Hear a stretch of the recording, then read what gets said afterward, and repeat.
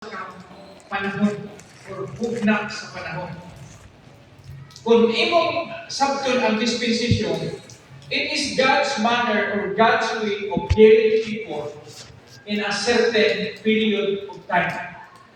Sa Biblia, doon ay nagkalain na hugna sa kapanahonan din makita nato nga ang Diyos nga gumala. O kining pagtuon sa pagdumala sa Diyos sa mga tao sulod sa usa ka hugna sa panahon, importante kayo nga atong mahibaluan, atong matunan kay mga igsoon mao kini ang gikinahanglan sa pagsabot, sa klaro nga pagsabot sa pulong sa Diyos. Una, God commanded us. Nganong tunan nato ang pulong sa Diyos sa hustong pagbahin-bahin, sumala sa pagdumala niya sa mga katawan sulod sa usa ka panahon for a certain period of time. Why? Ito na. Imanduan ta. Isugo ta. Kini mga igsoon, dili lang ni isugo sa mga pastors, sa mga teachers. Pag ingon niya study, sugo ni matapusan. Mga igsoon, daghang mga Kristohanon karon nga ang 2 Timothy 2:15 is only for the Bible teachers and pastors. No. This command is for every members of the body of Christ. Amen. Because ninihugna sa panahon sa grasya, God is dealing us individually. Unlike sa miaging kapanahonan ng programa, God was dealing Israel national. So the command to study and to rightly divide the word of God is for individual believers. Of course, nagamit ang Diyos sa panahon sa grasya, nilang Apostol Pablo, yung mga evangelists, mga teaching pastors, teachers, Bible teachers. Aron na pasabot kung unsa mensahe sa grasya ni atong panahon karon. Pero wala na lang pasabot nga the command to study is only for the pastors and Bible teachers.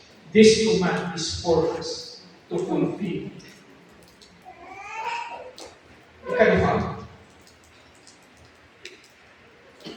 because God has changed His dealings with man from time to time, it is for us to study dispensations to assure us that we are not mixing God's programs to our confusion. Mga igsoon, kung magtuon ka sa pulong sa Diyos, dili nimo i-apply ang giingon nga rightly dividing the word of truth. Dili nimo tun-an ang pulong sa Diyos, sumala sa iyang pagdumala sa mga tao, sulod sa usa ka. Yan ang hugna sa panahon. Wala nakita gitun-an din nato ang atong hugna sa panahon karon. Ngano man, tungod kay atong i-avoid kining mixing of God's program.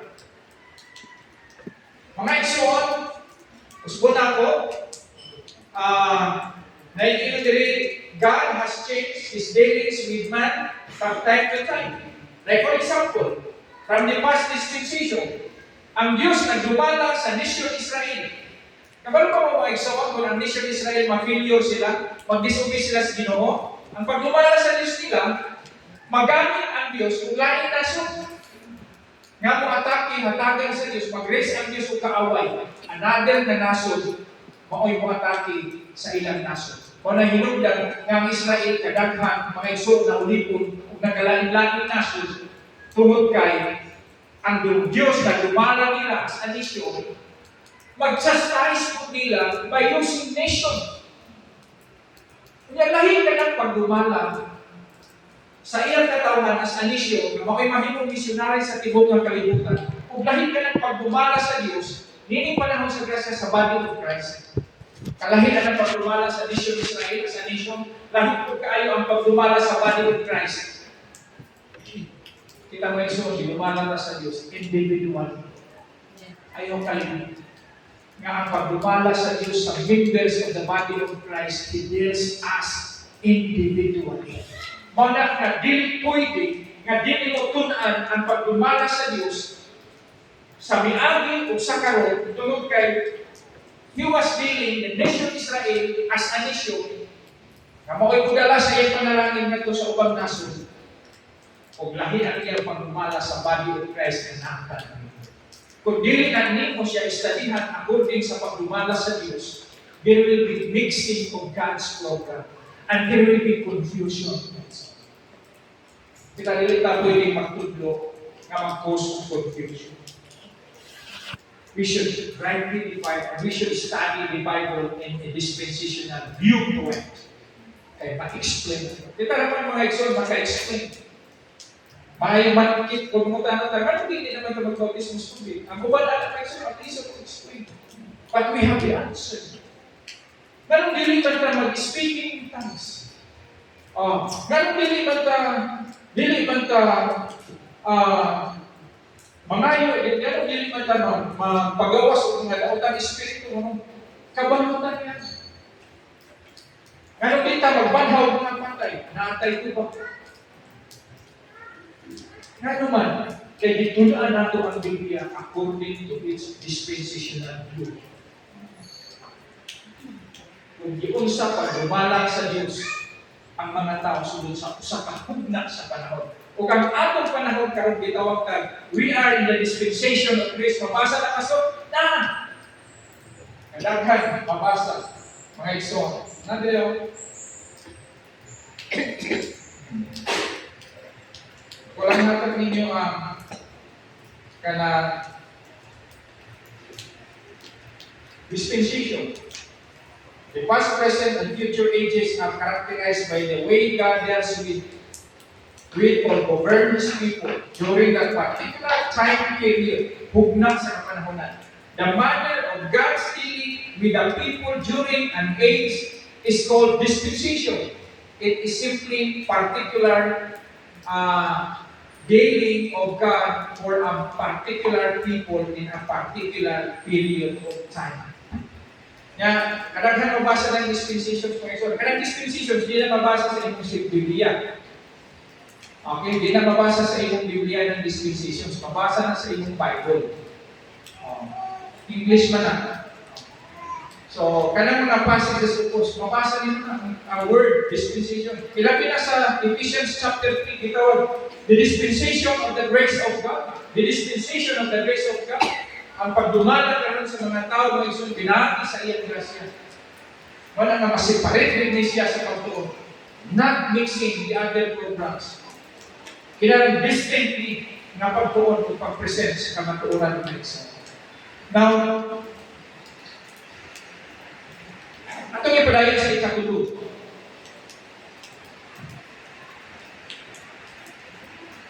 Okay? Because God has changed His dealings with man from time to time, it is for us to study dispensations to assure us that we are not mixing God's program to our confusion. Nag-change kung unang may so. Di ka ni Adam hanggang karon ang Diyos wala nagdumala sa tao sa kalang kapaagi. Lahi ang pagdumala sa Diyos panahon ni Adam, lahi ang pagdumala sa Diyos panahon ni Noe, lahi ang pagdumala sa Diyos panahon ni Abraham, lahi ang pagdumala sa Diyos sa panahon ni Moises. Nya si Moises mga igsoon, na ito, na uban, naguna-una din kumain ka Israel. Tulog ang division sa tulumanon nga gihatag sa Diyos ni Moises na gitawag moralo. Moralo o civil law, doon ay gitawag nga ceremonial law. Doon na po yung gitawag nga social law. Kung imo lang ipang-add mo ng igsoon, muabot ng mga 613. Pero tanawa sa katulo, ang ito ang ikatulo ng igsoon. Because it guarantees reward for being faithful, teaching His word, approved to God. Mga igsoon, ang ikatulong na rason, because it guarantees reward for being faithful in teaching His word. Mga igsoon, para na po, ang pinaka-importante yung mong tanaw sa imong kinabuhi o pagpamalagad sa Ginoo. Kanang gitawag nato nga kamatuoran. Ako, musugot ko mga igsoon o division by reason by doctrine. Ang text of commission mga igsoon, doon na yung mga state. Pero pasalamat, dili doctrine ang problema. Ay mga state, pero nagpabiling sila sa doctrine. Kaya nga naman, hindi nag-establish ng mga magtuturo ang mga Christian leaders. Ako, bibiyak ko sa akong grupo, bibiyak ko sa akong mga ginikanan kita sa UCCP. Ang rason is because of doctrine. Truth. Because it guarantees reward for being faithful in teaching you. May soon. Kita mga grace pastors, kami mga grace pastors. Motivation din namin, isang walay support. Ako support ko mga ministry, pioneering my support. This country lang dito. Why? Kung atong libati. Atong libati, convince kita, ang kalaturan, karon na isuon. Nagibiya ka lang na nato, kinahanglan nato, itudlo. Kanya, ang faithfulness ni nasa pagtudlo, rightly divided, approved. Katapusan mga isuon, mga sa pagtapos. Because it gives us fulfillment and satisfaction in our Christian service. Like for example, kung dili mo i-rightly divide, kadang ihatag sa Diyos lang, panahon ni Moises, na 630. Kung fulfill ka na fulfillment, 613, ka mga kasubuan, ka mga tulumanon, 613. Nag-isog ka ni Kastel, huwag ka rin nakabimulay sa step niya, mubati ka fulfillment niya na mga iso. Dili. Pero mga iso, ako bilingon ka ganina, because it gives us fulfillment and rightly divide ang mga iso, may paagi na ma-fulfill din mo ang ulo sa Diyos. Bagay yung mga iso, no? Pero dili tanan sulat ni directly written para inyong buhaton. Dili ka ka-fulfill ini. Ako ginambasawa pa so, tanan na sulat niya, tumalon. Ay, dili. Dili ka kahimo. Pero doon ay fulfillment. Kaya ang fulfillment mga ison sa imong service does not require sa pagtuman sa tanan na sulat. Kundi pagtuman sa kamaturan, alam iihod na sa panahon sa grasya. Kaya ba mga hatong sa Biblia, kaya nasa lang konsepto, nga pagka kayo ng Biblia, taghan kayo ng tulumanon, taghan kayo ng dili, doon ay fulfillment. Kaya dili, tandaan na nasulat sa Biblia para sa imo, na ay imo karon kay dili ang Diyos na gumala na iihod na sa panahon. Pasag itong panahon na nangabi na. Ang imo lang mahibalok ka ni Adto, para doon ay enlightenment sa atong pagnaunao, sa atong pagtubo sa Diyos. Yeah, doon na po gitawag sa satisfaction. Ako mga isang na, malipayin ko, anytime mo ako sa Ginoo. Nga naman, satisfied ko sa akong binabog. Satisfied ko sa akong bitudlo. Satisfied ko sa hindi mo pasingalan nato sa pagtubo. Sa akong pagpangalagad sa Ginoo, ni feel of satisfaction. Satisfaction. Kaya kung magmula-hula ka, mga isuon, aning tanan, wala satisfaction. Pag sige ka, mula-hula, ako gina, hindi mo na rin ang tanan, ako hindi mo na rin ang tanan. Hindi mga isuon, i-rightly divide ang tulong sa Diyos. May palang nimo, nato, kung sa'yo para nato karoon, kung sa'yo mensahe para nato karoon, kung sa'yo nato ito ang panahon din panahon na karoon, kung sa'yo nato pag kinabuhi, hindi panahon na karoon. And there will be fulfillment and satisfaction sa atong Christian service. Satisfied ka. Pero wala tayo mahibalo. Kahit ito sa rightly dividing the word of truth. Dili ka magbatik ng fulfillment, dili ka magbatik sa satisfaction sa imong pagpangalagad sa Diyos. Wala nga importante ang ato pagtuon sa pagbahin-bahin sa pulong sa Diyos. Malang sa iyang pagdumalang. Kanato ang Ginoo magapanalangin sa mga. Before ko na ang mga iso, ako ngayon si Brother George, Mr. Oli, with Jane, Jane, please come. We will be praying for you. Paano kayo din sa about every prayer sa inyo.